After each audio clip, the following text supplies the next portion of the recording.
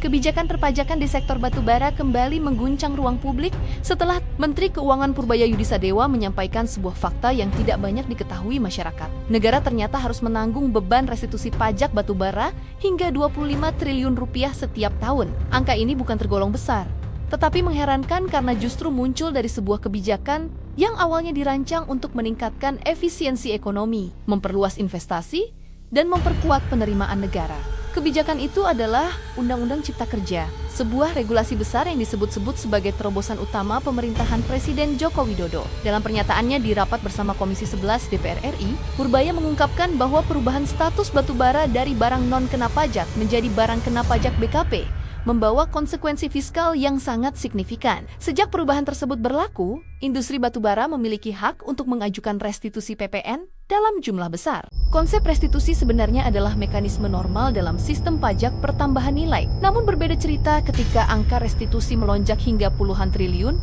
hanya dari satu sektor. Sebelum perubahan status, batubara tidak dikenakan PPN, sehingga tidak ada mekanisme restitusi yang menimbulkan beban bagi negara. Namun setelah dinyatakan sebagai BKP melalui Undang-Undang Cipta Kerja, industri tidak hanya membayar PPN atas transaksi tertentu, tetapi juga memperoleh hak untuk meminta kembali pajak itu bila terjadi kelebihan pembayaran.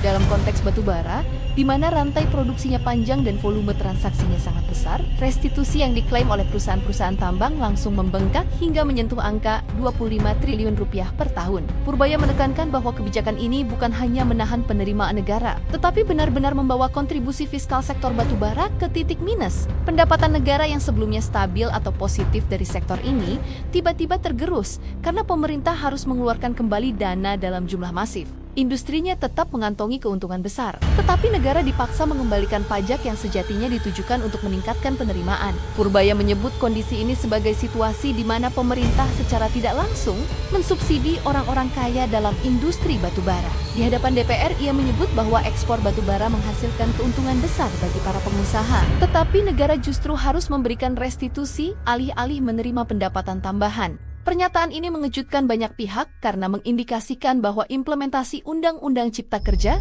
memiliki konsekuensi yang tidak pernah diprediksi sebelumnya. Omnibus Law ini awalnya didesain dengan tujuan menyederhanakan izin usaha, meningkatkan daya saing investasi, memperluas lapangan kerja, dan memberikan kepastian hukum bagi industri strategis.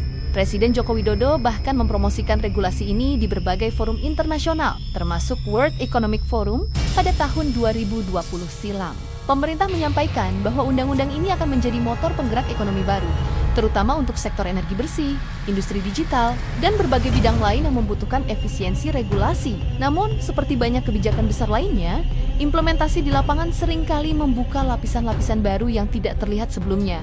Ketika Undang-Undang Cipta Kerja disahkan pada tanggal 5 Oktober tahun 2020, gelombang penolakan besar muncul dari berbagai kelompok masyarakat. Buruh, akademisi, hingga organisasi lingkungan memprotes proses penyusunan undang-undang tersebut dan khawatir bahwa sejumlah ketentuan akan menguntungkan industri besar secara berlebihan. Kini, beberapa tahun setelah pelaksanaannya, pengakuan Menteri Keuangan memberikan bukti nyata bahwa kekhawatiran itu tidak sepenuhnya salah.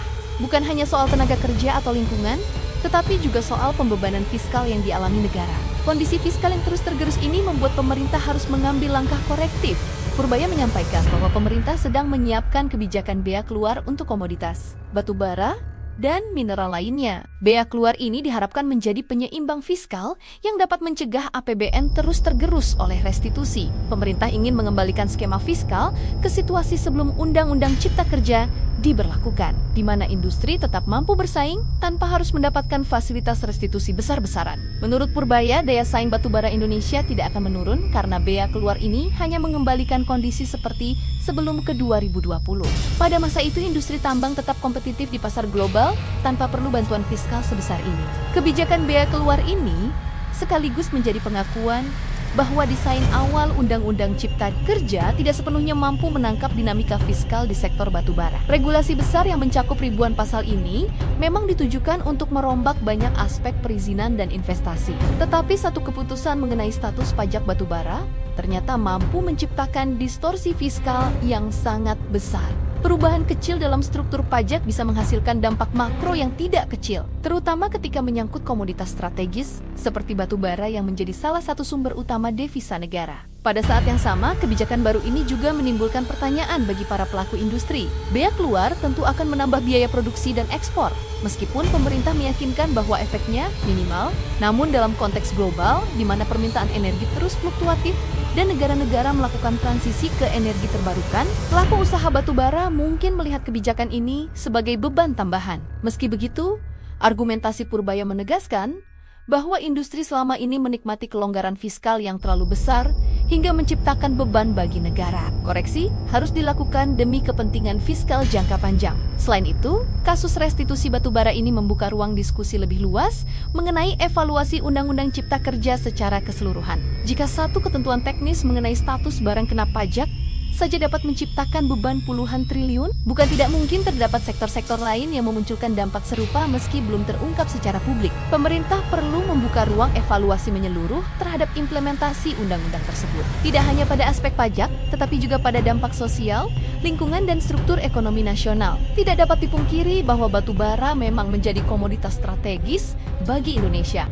Namun, terlalu bergantung pada satu komoditas dan membiarkan kebijakan yang menimbulkan kerugian fiskal besar adalah risiko yang tidak bisa diterima. Negara membutuhkan ruang fiskal yang sehat untuk membiayai pembangunan, infrastruktur, kesehatan, pendidikan, dan transformasi ekonomi ke sektor energi bersih. Restitusi puluhan triliun yang tidak memberikan nilai tambah jangka panjang jelas bukan bagian dari strategi pembangunan yang sehat. Kasus ini juga memberikan pelajaran penting tentang bagaimana kebijakan besar harus diuji lebih mendalam sebelum diberlakukan. Omnibus Law adalah langkah besar, tetapi setiap perubahan teknis di dalamnya harus dianalisis oleh para ahli fiskal, ahli regulasi, dan ekonom yang memahami dinamika industri. Tanpa kajian mendalam, kebijakan yang niatnya baik bisa membawa hasil yang jauh berbeda dari tujuan awalnya. Apa yang diungkapkan Purbaya adalah peringatan agar desain kebijakan tidak lagi terjebak pada logika jangka pendek. Negara membutuhkan sistem perpajakan yang adil, efisien, dan tidak menimbulkan distorsi fiskal. Pemerintah telah mengambil langkah koreksi melalui bea keluar, tetapi tantangan berikutnya adalah memastikan agar kejadian serupa tidak berulang pada sektor lain. Dengan pengungkapan ini, masyarakat semakin memahami bahwa kebijakan ekonomi tidak pernah sesederhana yang terlihat di atas kertas. Ada dinamika, ada konsekuensi, dan ada kebutuhan untuk terus mengevaluasi setiap kebijakan besar agar negara tidak terjebak dalam biaya yang tidak perlu. Evaluasi Undang-Undang Cipta Kerja kini bukan hanya desakan kelompok masyarakat, tetapi kebutuhan nyata dari sisi fiskal negara. Sampai jumpa di video berikutnya. Terima kasih sudah berkunjung ke channel kami, Geo Ekonomi Politik.